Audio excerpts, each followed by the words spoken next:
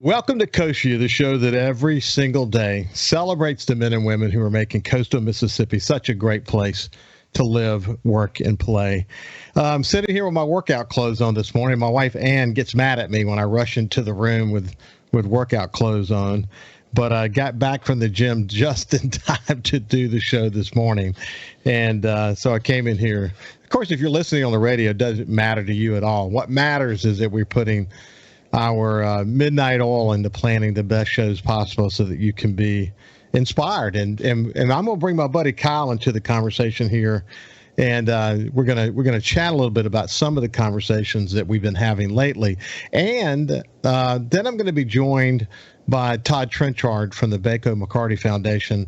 And we're going to spend the rest of the show talking about the latest in his world. How you doing, my friend? Not too bad. How about yourself? I'm doing great. Listen, in addition to being a jack of all trades here at SuperTalk Mississippi Media and the producer of Coast View, I might add, you do the music in the Superdome during Saints games and sometimes during Pelican games. Your world's is getting kind of turned up pretty fast as the NFL season approaches, isn't it? Yeah, talk about burning the midnight oil. It's going to be nonstop. For me, it's been nonstop since Tuesday. Of course, I do the Shuckers PA announcing, so we've been Shuckers Tuesday night all the way through Sunday, take a break for Friday to go to the Saints game, and, hopefully next week, not a whole lot.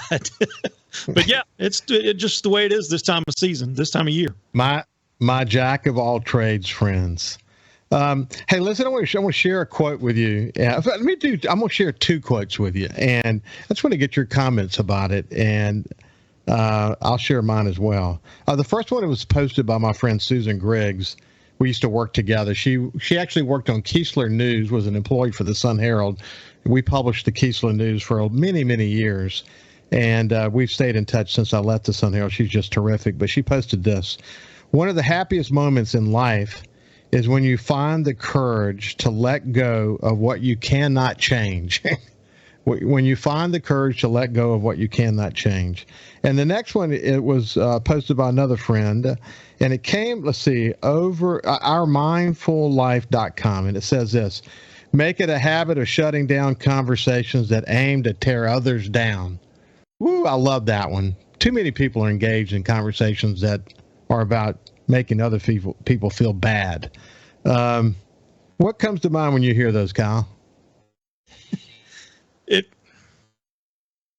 The timing of it is kind of crazy. It's just some stuff that's happened in the past few weeks over the summer. Just with I really don't want to go public with it because I don't want to be that type of person.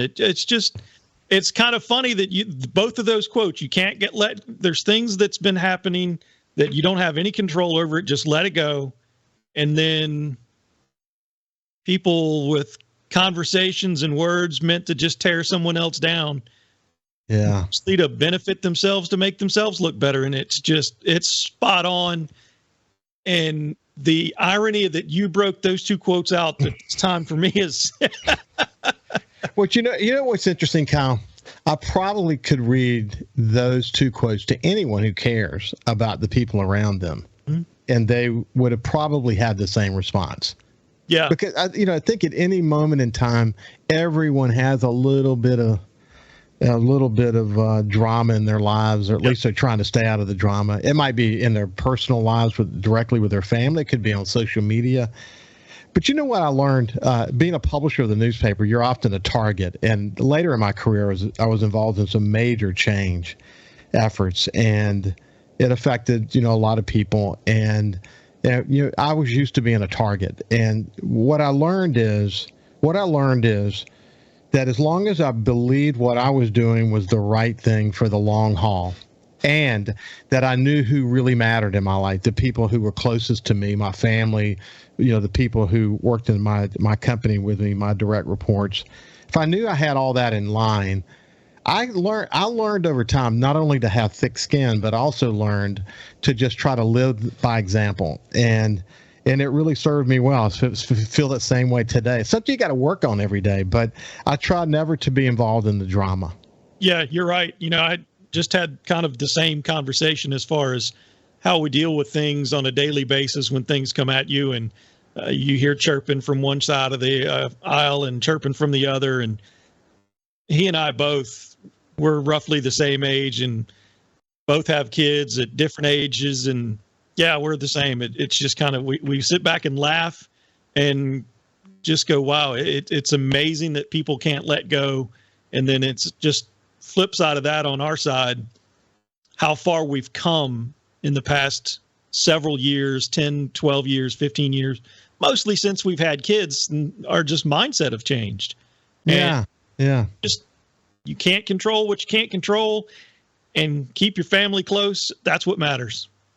It is. And you and I talk about this a lot, but, living in the moment, appreciating this moment. And if you truly live in the moment, really live in the moment, not worrying about what didn't happen yesterday, yep. or, recognize you can't control anything about yesterday, and not worrying too much about the future, planning for the future for sure, but just appreciating the moment. When you do that, it will bring you in tighter with your closest friends and your family. It will. And what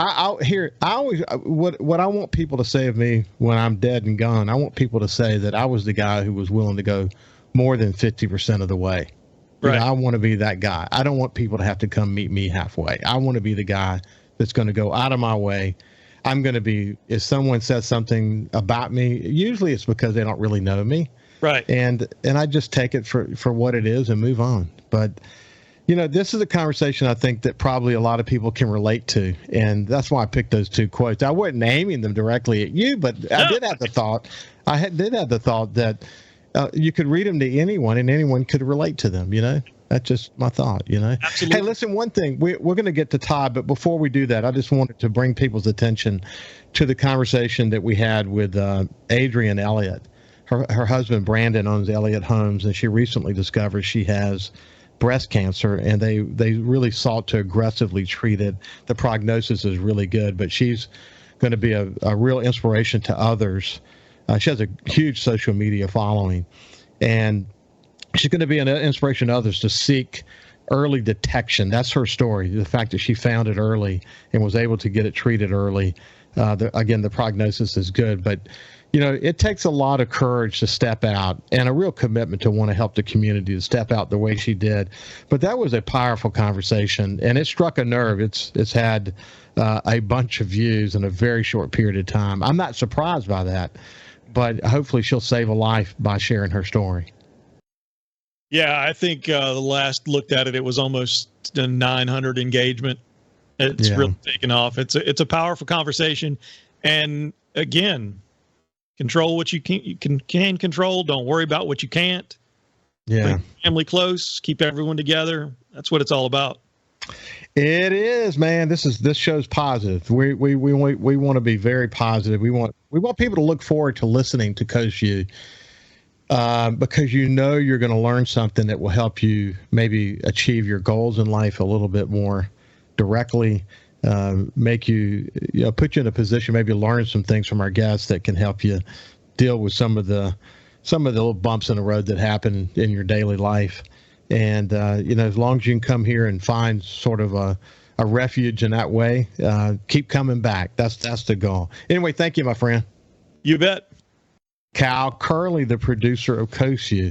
Now let's move over to my friend Todd Trenchard. Todd, if you haven't heard Todd before, he has a hell of a story. He's the executive director of the Bacot McCardy Foundation. They're involved in some incredible work. Well, before we go any further, let me just say good morning to you, Todd. How are you? Good morning, Ricky. I enjoyed listening to you and Kyle talk. I was thinking to myself, wow, that was meant for me as you were asking him, like you said. It's amazing how one quote can touch so many people. It is.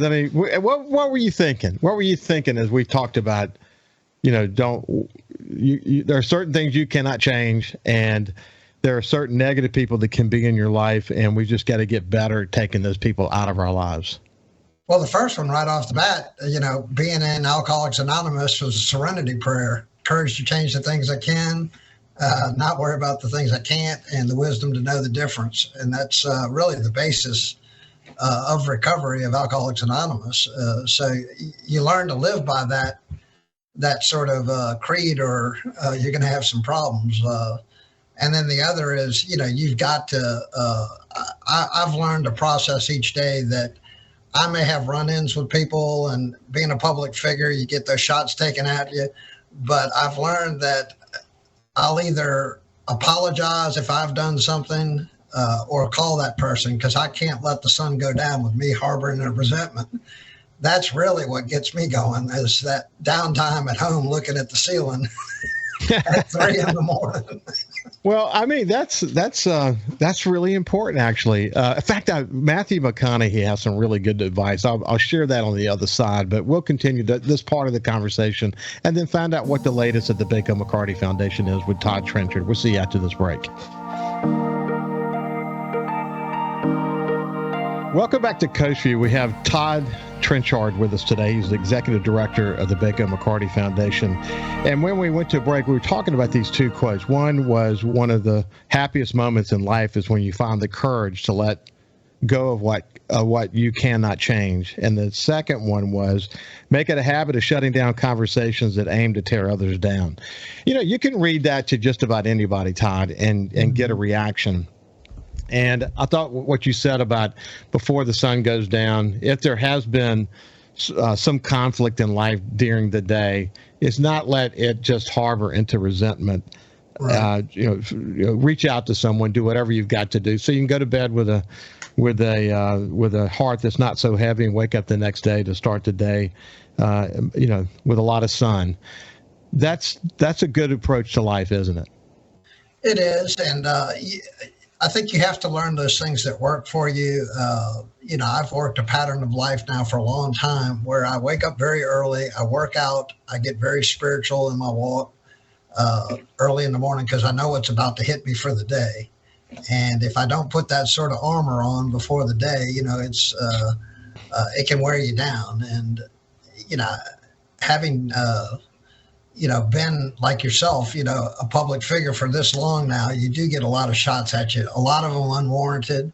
I think Kyle was saying beforehand, sometimes people just take shots because they're jealous. Sometimes they just don't know any better. And sometimes they just want to hear themselves talk. And you can't take it personal. It's, if you do the right thing to the best of your ability, you can build on that and build a great life with that. So, well, Todd, what have worked well for me for a long time is that I don't let negative people get in my world, in my orbit, my direct orbit. And that really counts 99.999% of the people I have on this show. I just don't let negative people get in my orbit. It makes life better. Hey, I mentioned about Matthew McConaughey. One of the things that he does is he does a daily journal. He writes a lot. He writes in his journal. And one of the things that he writes in his journal are goals.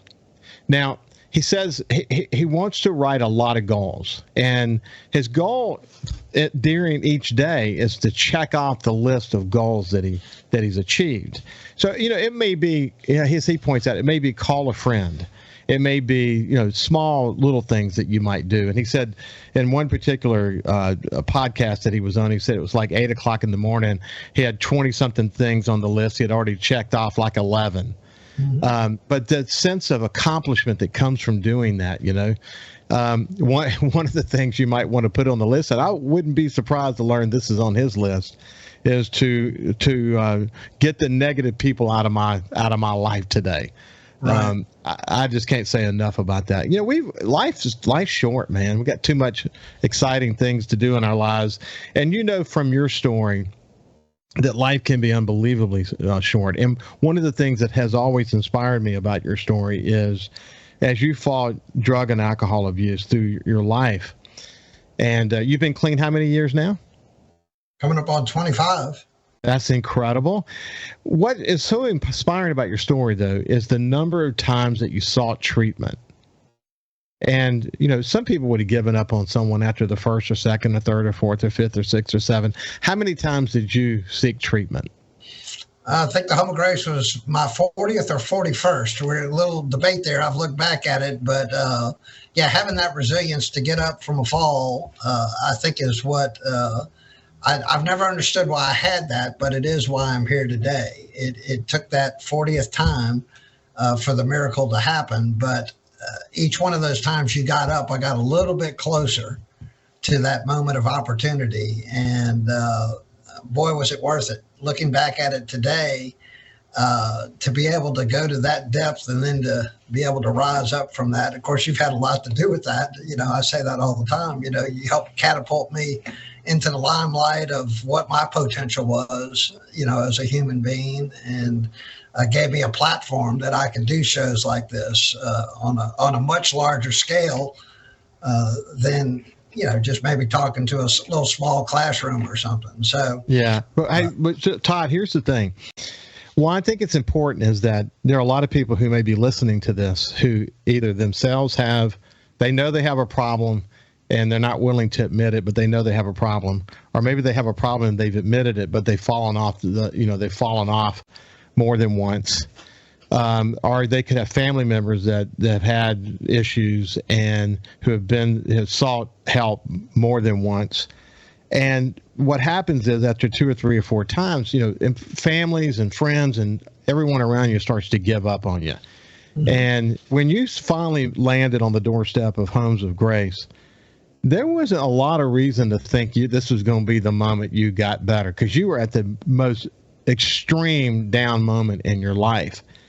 But you did find yourself. And the message from that is never, ever, ever give up on yourself or the people that you care about, because addiction is an incredibly difficult thing to get out of.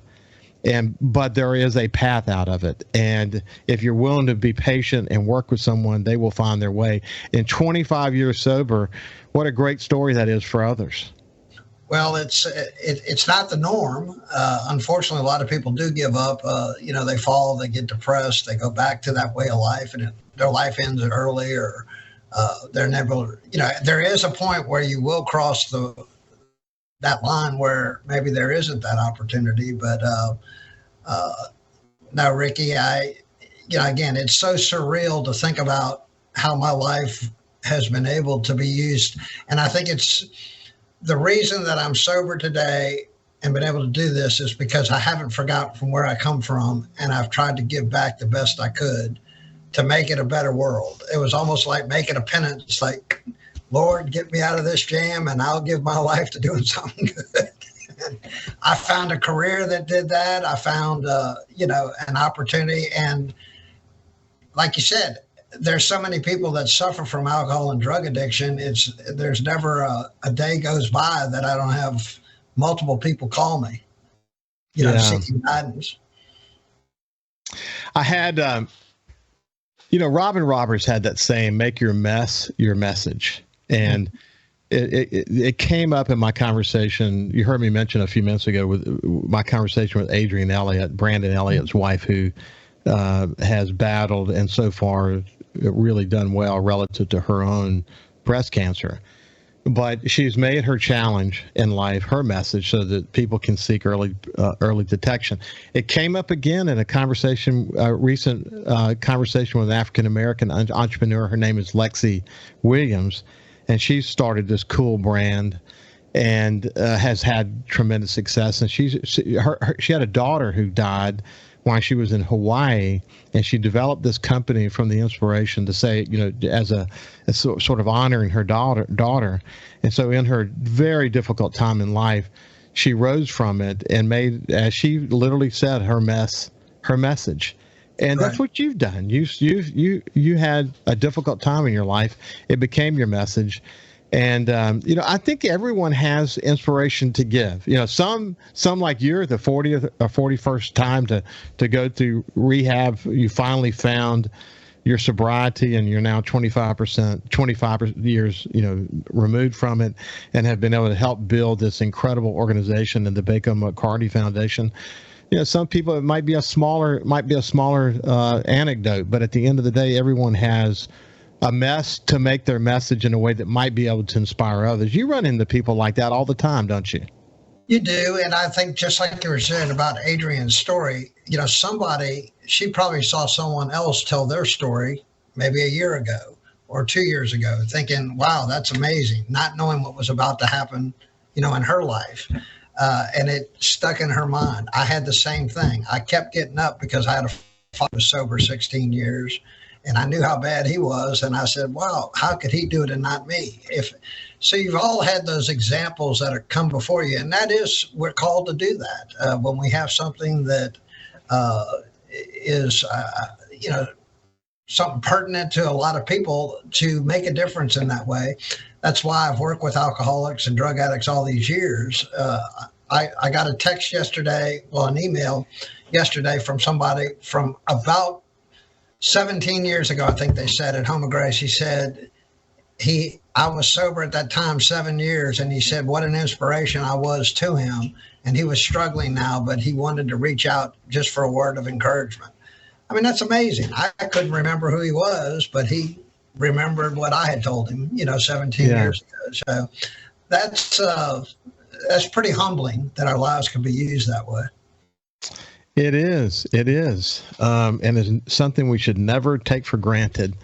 Never. And something I try to do with this show. I work hard to, as I pointed out a second ago, for there to be a positive message. But I want there to be this wide range of inspirations that people can get from it. And in your case, it's not just your personal story, but it's also the incredible work that the Bacot McCardy Foundation has been able to do. But, I'm honored to have the opportunity to do this. And I know that you are too. You have a TV show that you do. There's been some great developments related to that. There's been some cool stuff happening at the Bacot McCardy Foundation. Got some great events about to come up. We're going to cover all that when we come back from break with Todd Trenchard. We'll see you after this. Welcome back to Coast View. I'm my friend Todd Trenchard, the executive director for the Bacot McCardy Foundation, with me today. He actually, during the break, he showed me his Sun Herald Leadership Award that we gave him. And what year was that, Todd? 2006. Right, the year after Katrina. Yes, yeah. Yes. Which is now the One Coast Award, and we're so excited to have it. In fact, this year it celebrated its 21st year. And the Bacot McCardy Foundation was a major sponsor and asked me actually to give the keynote at the beginning to welcome. And I did a big challenge at the beginning. And I appreciate you giving me that opportunity. But it's amazing that award keeps going and keeps inspiring people. I've had so many of the winners on this show. And it has a way of finding these hidden gems in the community. Some you know about, some you don't know about. But it's a powerful way to hold people up as an example for others to follow, isn't it? It is. And those awards, when given the opportunity to present it each year, I jumped on it because I knew it would give us, certainly a platform to show that, I think you were certainly one of the ones that stressed that leadership development and recognition was going to play a major part in the recovery. So last year when I gave the keynote, I called you to help me write the speech. This year, I said, we'll take it a little farther, get the person that came up with this idea to give the speech himself. And I love to be able to be in circles of influence like that you can learn, because there's somebody that's sitting at the Bow Revise that day that's listening to you talk or myself talk, that's going to be giving that keynote, say 5-10 years. And life is just sort of funny how it sort of works that way. And Ricky, you're to be commended for just all the years that you've put in. You retired, I thought, a few years ago, and here you are back on the radio. Yeah, I retired, let's see, going on 6 years ago. Right. Time flies. But as I mentioned in one of my recent conversations, I was down. I needed a break. I'd been running fast for a long time, and after 4 years, I got a good breather. But I had forgotten. Now that I've done this show, we've done over 600 or over 200 shows. No, 600 shows. Definitely over 600 shows since we started. And I had forgotten how much I enjoyed connecting to the community. Right. And it's been, what, and I've said this to you before, but this opportunity to have these deeper conversations, I never had the time to have deep conversations every single day with everybody. Because when you're CEO of a company, you got a lot of other things pushing at you and taking your time. This has been a real gift. And as long as I can keep my health, I'm going to continue to do it. And Ann said to me when I first started this show, my wife Ann said, people are not even going to remember you as the publisher of the Sun Herald. They'll just remember whatever you do with Coast View. She said that like before I even started my first show, and I said, "Well, that's an interesting observation."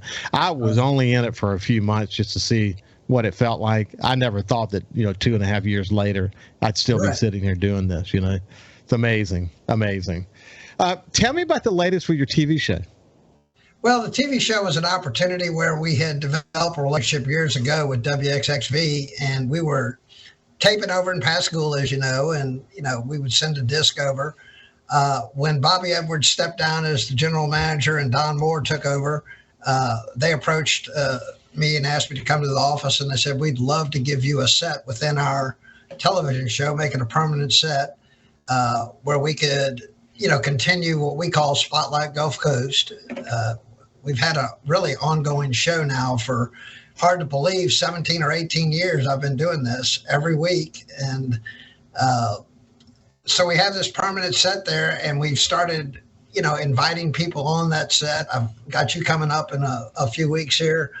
But like you said, you're able to meet new personnel, people that maybe you just don't have the time in your busy days, or you know the names, but you don't know about them. And I think that's important. Brandon Elliott, you just mentioned, got to know him the other day. I said, "Wow, I mean, he's sort of got it going on here." And he's strong. John Carter came on. I saw the drive in John's eyes, about his passion to help people with his pink dress run and Carter's Champions. That to me is so exciting. Like you said, I started doing that show back when I was even at the Home of Grace, and I thought it would last a year. Here it is all these years later, and you can't get enough of it. You don't know where it goes from here. And that's life. Don't say no to an opportunity, because that opportunity can blossom into something. Like Ann said, maybe they'll forget all that other stuff and it'll become about TV. I doubt it. I mean, look, what have you done lately? And that's what people will remember.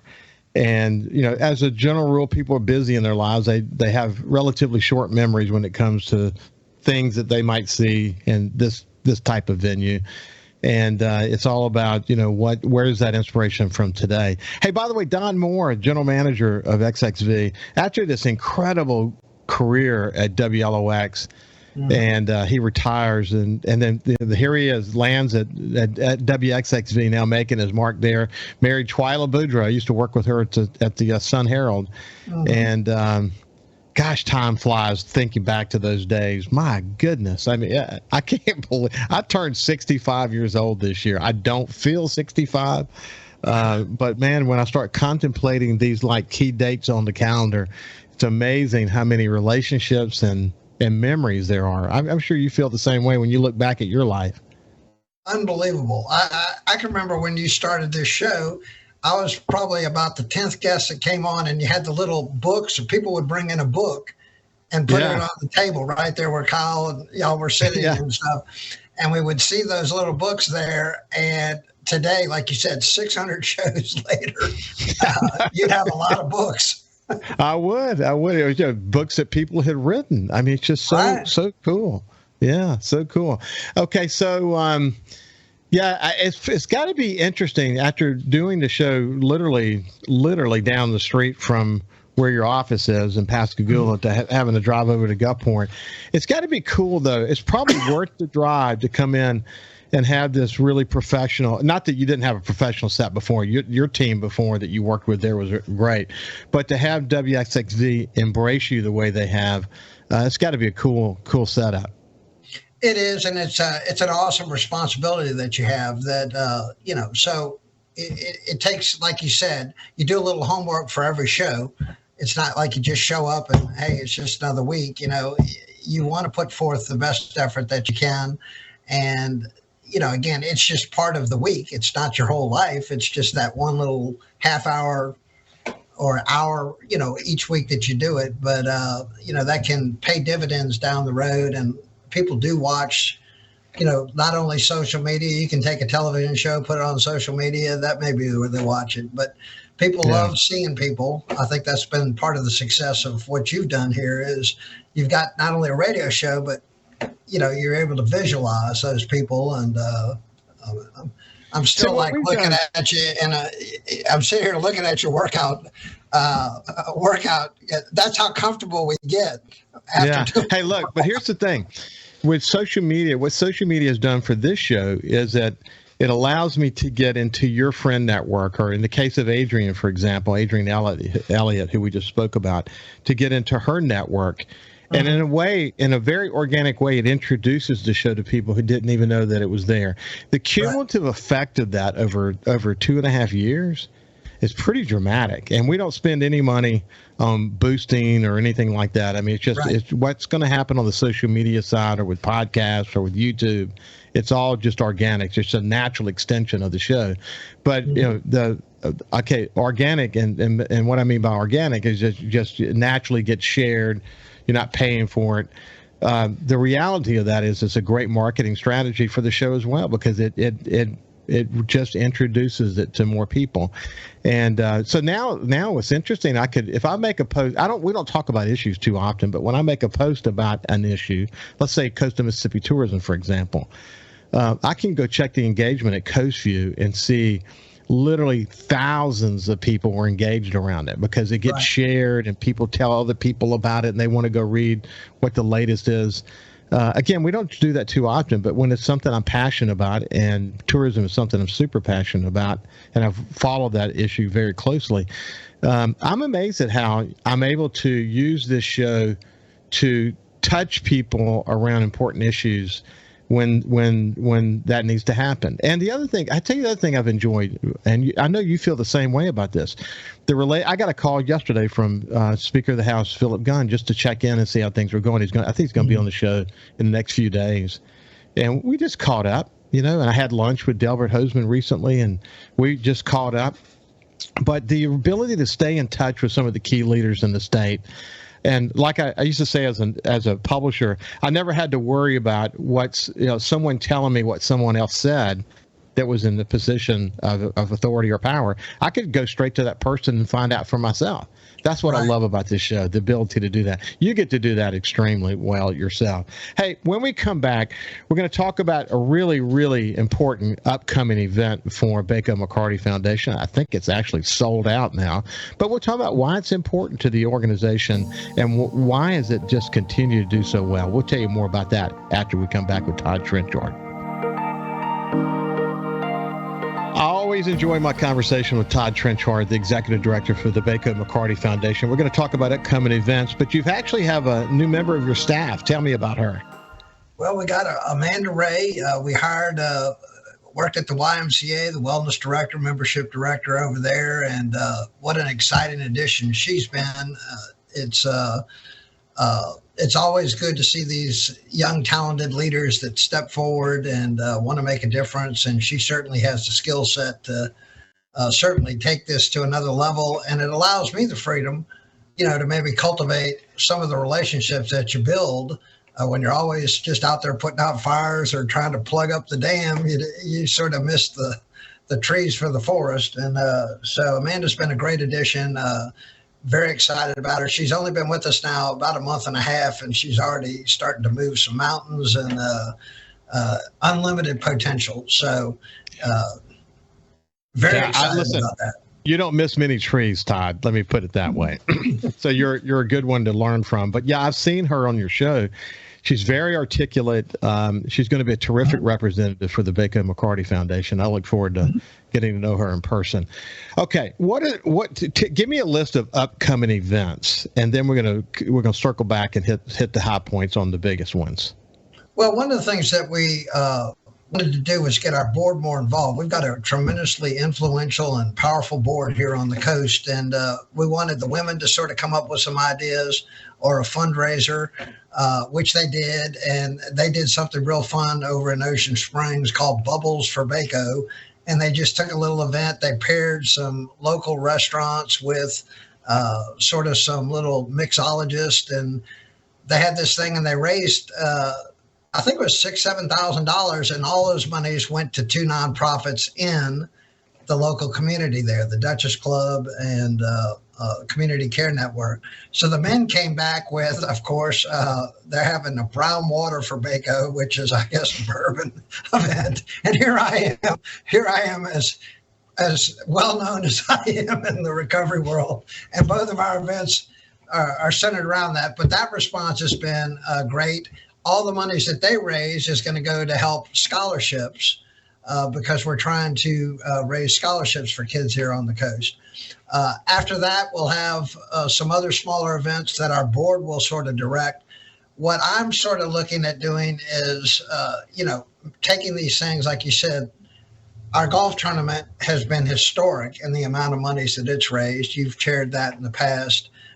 These are events that are not really even possible to the nonprofit sector, but because of the IP's generosity, we've been able to put on events that, have sort of changed the landscape. And it was to bring people together. It's not how much money you raise that night. You're bringing your community together, and just think about how many people have been introduced to each other at these events over the years.